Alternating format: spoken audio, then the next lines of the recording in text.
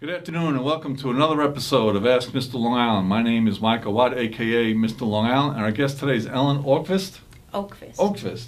Damn, yes. You know I try so hard, all the way over here. Oakvist, from the Lake Ronkonkoma Heritage Association. Yes. Ellen, thank you for joining us, and we were just doing a little conversing about Lake Ronkonkoma. Fascinating place, and the reason we do Ask Mr. Long Island is we like to highlight aspects of Long Island that a lot of people don't know about. Tell us a little bit about the Heritage Association. Why did it get formed, and what are your primary functions?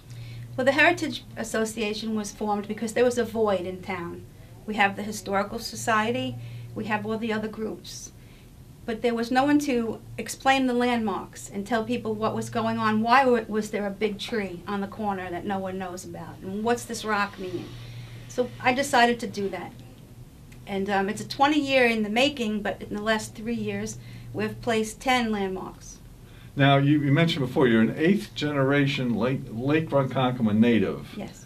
One, I didn't really, not that I thought about it a lot, but when did your relatives first come out here? How far back does Lake Ronkonkoma go? Lake Ronkonkoma is funny you should ask. Right. I've been studying that for a couple of years, and I'll be ready to release my information. But it's 1624. 1624 when yes. it first became. You're the first to know. Okay, wow. Officially on the, yes. And the history is really replete with some very colorful characters. Tell me a little bit about that. Well, we start with the Algonquins. We go on to a very slow period after the Revolutionary War. Okay. There was a lot of activity in Lake Ronkonkoma because we were in the middle. All the ships were on either side. People in the middle of the island. Yes. So Lake Ronkonkoma, for people who don't know, is really central Suffolk, yes, and probably right about the central part of Long Island. You know, people tend to think Route 110 is the middle of Long Island. Really, it's Center Beach and Lake Ronkonkoma, yes, in that area, the geographic center of Long Island. Which is why I had such a hard time referencing material. I actually was very happy at Brown University. Believe it or not, they have more than anyone else on Long Island. You'd think maybe on Long Island they would have that. Unfortunately, no, but we're changing that. Okay, so Lake Ronkonkoma is in central Suffolk, just north of the LIE? Yes. And obviously there's a lake there. There is. There's a beautiful lake there. So tell us a little bit more. I interrupted you about the historical, the colorful characters that are part of Lake Ronkonkoma's history. Yes, we've had characters. I could go on forever. I could pick one and I could tell you their life story.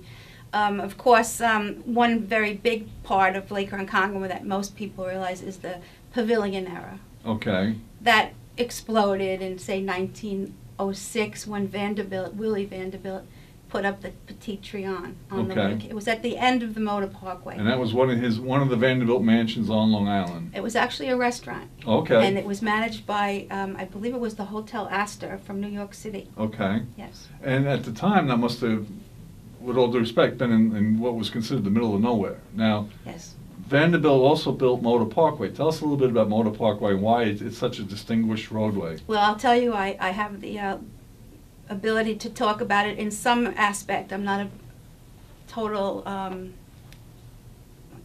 well, just in general, how Motor Parkway, Motor Parkway came to be because Willie Vanderbilt wanted to race his car. Right. And it was a long process, a long story, and it was a very good idea. And the parkway is still there, and luckily in Suffolk County we have it, and in Queens we have it. And parts of Vanderbilt Motor Parkway, which is the official name, still exist on Long Island. And he built it because he needed a paved road. I understand it's the first paved road in the country. Oh, that's absolutely correct. It's the first paved road in the world. In the world, wow. And we beat the Italians and the German Autobahn. Wow.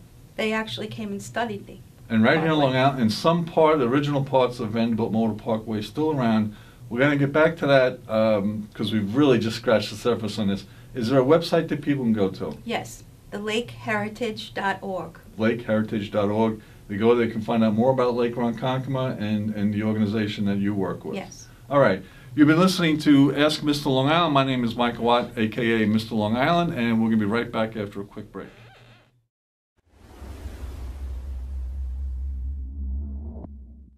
Hey everyone, I want to invite you to our launch party for our new magazine, Blueprint Magazine. We put so much work into it, and this launch party is going to show it.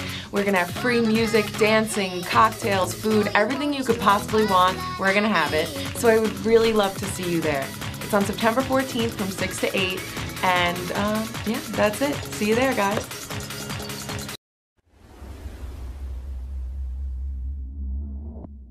Welcome back to Ask Mr. Long Island. My name is Michael Watt, aka Mr. Long Island. Our guest today is Ellen Oakvist from the Lake Ronkonkoma Heritage Association. Ellen, you were telling us a little bit before about Lake Ronkonkoma. One of the great things about Long Island is it really came to be because it was a playground for the rich and famous, and there probably wasn't anybody more richer or more famous than William Vanderbilt. And Motor Parkway came to its terminus in Lake Ronkonkoma. Is that correct? That's right. And he built a restaurant there, and his pals would come out and they'd race their cars about 120 years ago. Tell us a little bit more about the Motor Parkway and the Lake Ronkonkoma heritage. The reason that the Motor Parkway and the Sunday Drive that we have every year, we have that because we are bringing a recreation to town to show how the cars came from Queens and they went to Lake Ronkonkoma. They brought a huge economic boost to the residents of Lake Ronkonkoma. They needed those people to come out every weekend. So we have a recreation where they close Motor Parkway for us and the police bring us all the way out and we meet wherever we stop. Wow. And it's a really good feeling when you go down and you look at the lake, and if you are a native in Lake Ronkonkoma, you understand. You look at the lake and you see that the lake is happy. Okay. This has happened many times over many of our lifetimes, but when we look and see the lake dancing and have huge waves, we say, likes the cars back. So there's also that whole theme that we try to bring into the...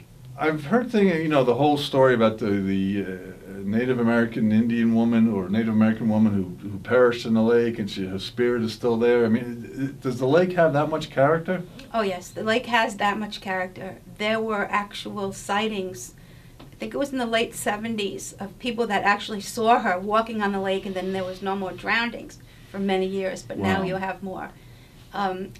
I believe it because I live there, but I don't truly believe that it's a true story. Now, you mentioned you're an 8th generation native of Lake Ronkonkoma, yes. So there's a lot of history there, but I would imagine there's also a lot of people, families that have been there a long time. Is it that kind of community on Long Island? Yes, we have our natives. We have the Fish family. Okay. They were substantial. The Hallecks, the Hawkins. Even today there's people that we have a very intricate small group of people that were becoming known as the Power Group. And we're all there for one reason, because of our town. Right. And we're actually getting ready right now to have a big celebration next year. Okay. For the founding settled in date that we wow. have.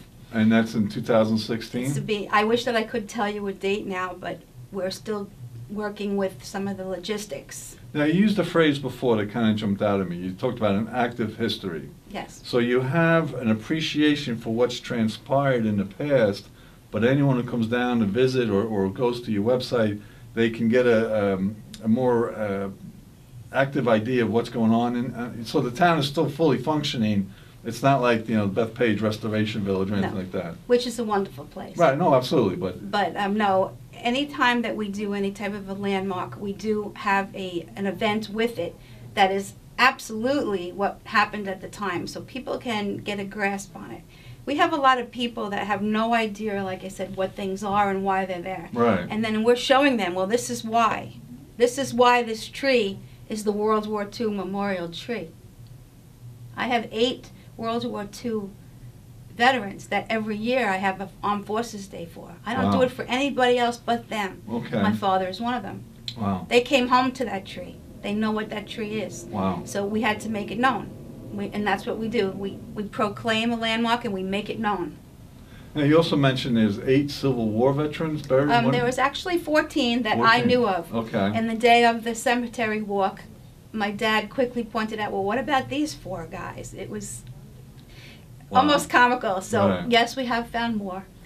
And people weren't aware of that. We have 3 brothers buried there. Wow.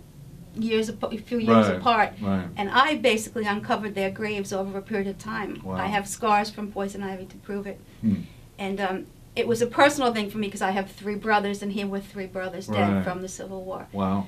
So we do have history. We have Revolutionary War soldiers. We have the Pavilion Days, and we have today. I feel that things are turning around.